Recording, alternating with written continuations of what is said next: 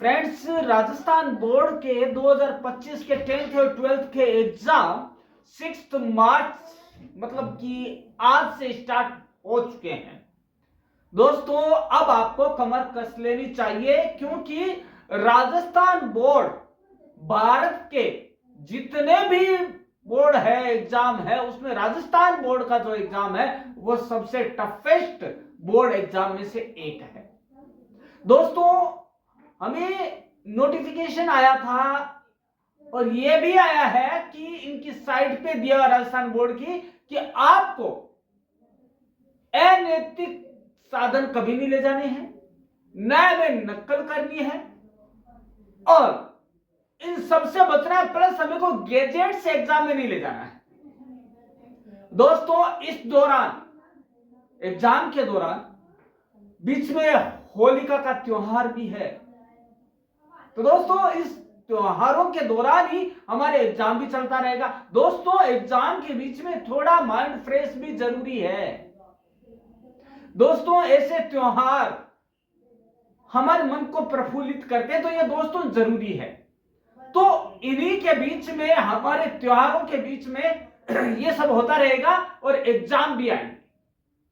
लेकिन दोस्तों, एग्जाम की तैयारी कैसे करें? देखिए, सीबीएसई बोर्ड का हम नहीं जाना, लेकिन सीबीएसई बोर्ड और राजस्थान बोर्ड दोनों में मेजर डिफरेंस भी है। दोस्तों, अब जो टिप्स है वो जान लेते हैं। दोस्तों, बोर्ड परीक्षा एक नाम है, हुआ है और कुछ नहीं है। पहली बात तो है, तनाव दिमाग से निकाल दें, टेंशन की स्ट्रेस निकाल दें कि बोर्ड एग्जाम है। आप तो ये नॉर्मल एग्जाम समझकर चलिए। और दोस्तों, एक चीज और बता दें आपको, बोर्ड एग्जाम में मार्क्स अच्छे आते हैं बजाय लोकल एग्जाम। तो दोस्तों, वो कौन से टिप्स हैं जो कि हमें एग्जाम के लिए तैयार करते हैं? राजस्थान बोर्ड के 10th और 12th के 2025 का है। दोस्तों, सिलेबस में भी चेंज है। दोस्तों, क्या टिप्स अपनाएं कि हमारे अच्छे नंबर आए? तो दोस्तों, वो टिप्स जो है उनकी शुरुआत होती है फॉर्मूला लिस्टिंग से लेकर रिवीजन नोट्स तक। कुछ ऐसे टिप्स है जो परम क्लासेस चैनल आपसे पहली बार शेयर करने जा रहा है। दोस्तों, तो वो जो है कौन कौन से? पहला, फॉर्मूला लिस्टिंग, जो कि बोर्ड परीक्षा की तैयारी कर रहे स्टूडेंट्स को सबसे ज्यादा डर मैथ्स और फिजिक्स जैसे सब्जेक्ट में रहता है। इन सब्जेक्ट्स में फॉर्मूलों को याद रखने की सबसे बड़ी समस्या होती है। ऐसे में बेहतर तैयारी के लिए छात्र सभी फॉर्मूलों की लिस्ट बनाकर उनको याद करे और रिटर्न में याद करे, तब जाकर सही रहेगा। और अपने पास रखे, जब भी टाइम मिले एक बार उनको गो थ्रू हो जाए। उसके बाद है सेल्फ मॉक टेस्ट। दोस्तों, बोर्ड एग्जाम के दौरान अपनी तैयारी को परखने के लिए अपने जो प्रिपरेशन है उसका टेस्ट लेने के लिए हमें करने क्या होगा? हमें उसका पूरा का पूरा ये चेक करने के लिए हम कहां पर वीक है और कहां पर हमारी स्ट्रेंथ है, इसको जानने के लिए हमें करना क्या होगा? हमें हमारा खुद का मॉक टेस्ट लेना होगा। और दोस्तों, मॉक टेस्ट अब भी लेना पड़ेगा क्योंकि बीच बीच में गैप आएगा। गैप के दौरान पूरी पढ़ाई नहीं होती है, तो हमें करना क्या होगा? हमने कितना पढ़ा है और हमें कितना याद है, इसको परखने के लिए हमें मॉक टेस्ट हमारा लेना पड़ेगा। इसके बाद आती है प्रैक्टिस पर फोकस करना होगा। दोस्तों, प्रैक्टिस मैक्स मैन परफेक्ट। तो दोस्तों, हमें प्रैक्टिस, चाहे एग्जाम का टाइम है लेकिन दोस्तों हमें प्रैक्टिस नहीं छोड़नी, प्रैक्टिस करते रहना है। प्रैक्टिस करेंगे तो हमें जो हम चीजें भूलने वाले हैं ना, हमारे दिमाग में जो लोचा होता है वो कभी नहीं होगा, केमिकल लोचा कभी भी नहीं होगा और हम उन चीजों को याद रख पाएंगे। एक बार जैसे 3 दिन का गैप है तो हमें उस रिवीजन टाइम को आगे नहीं करना है, हमें रिवीजन करना है क्योंकि 3 दिन बाद ही एग्जाम है, हमारे पास 3 दिन का टाइम है। ठीक है, उसके बाद है रिवीजन नोट्स, रिवाइज करना है हमें। और रिवाइज नोट्स हमने जो बना रखे हैं ना, उनसे हम रिवीजन करें क्योंकि हमें पता है कि हमने हमारे हाथों से जो नोट्स बनाए हैं हैंड रिटन, उससे हमें पता रहेगा कि हमने कहां क्या लिखा होगा और क्या फॉर्मूला हमने किस सब्जेक्ट के लिए बनाया होगा। तो दोस्तों ये रिवीजन नोट्स है वो आपकी बेहद हेल्प करने वाले हैं। इसके अलावा दोस्तों सबसे बड़ी बात यह है कि आपको टाइम मैनेजमेंट का पता होना चाहिए। टाइम मैनेजमेंट कैसे करें दोस्तों, एग्जाम के दौरान 3 आवर्स का टाइम मिलता है सभी को। उससे पहले आज राजस्थान बोर्ड भी 10 मिनट्स आपको पेपर पढ़ने का देता है। पेपर जो आपका वो है वो आपको पेपर पढ़ने का दिया जाता है एग्जाम में। दोस्तों वो 10 मिनट आपके लिए इन्वेस्टमेंट साबित हो सकते हैं। कैसे? आप ध्यान से एक लंबी सांस लेते हुए सबसे पहले पेपर को पढ़ें, उसके बाद ये सुनिश्चित करें, डिसाइड करें कि मेरे को पहला क्वेश्चन कौन सा करना है। और दोस्तों आप उसमें पेंसिल से मार्किंग कर लें, लेकिन सबसे पहले एक बात और करनी है दोस्तों, आपको पेपर मिलते सबसे ऊपर अपने रोल नंबर जरूर डाल लेने हैं पेपर के ऊपर। और जो आपको रफ कार्य करना है, रफ वर्क करना है, वो आपको कहां करना है? वो आपको कॉपी जो आपको मिलती है आंसर शीट उसके लास्ट में करना है, ना कि पेपर के अंदर।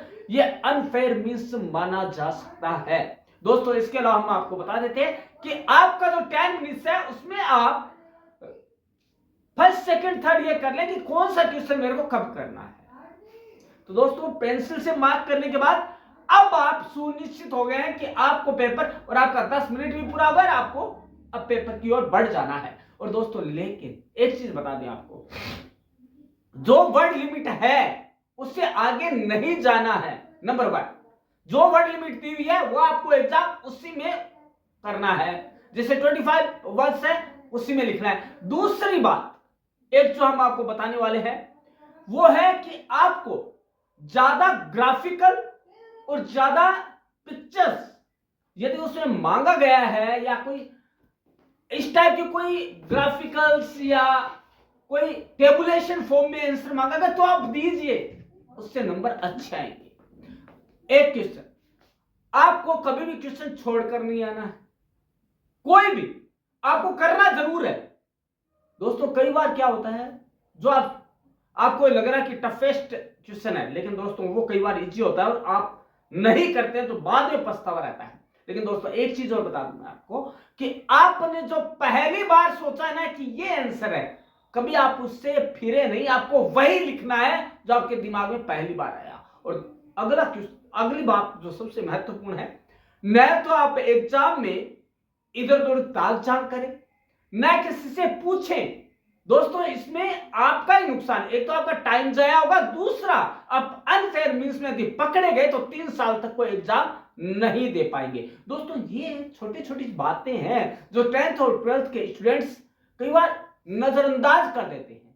तो दोस्तों सबसे बड़ी बात है, हमारे पास कोई भी गैजेट्स नहीं होना चाहिए, क्योंकि हम यदि पकड़ में आ गए तो हमें छोड़ने वाला कोई नहीं है।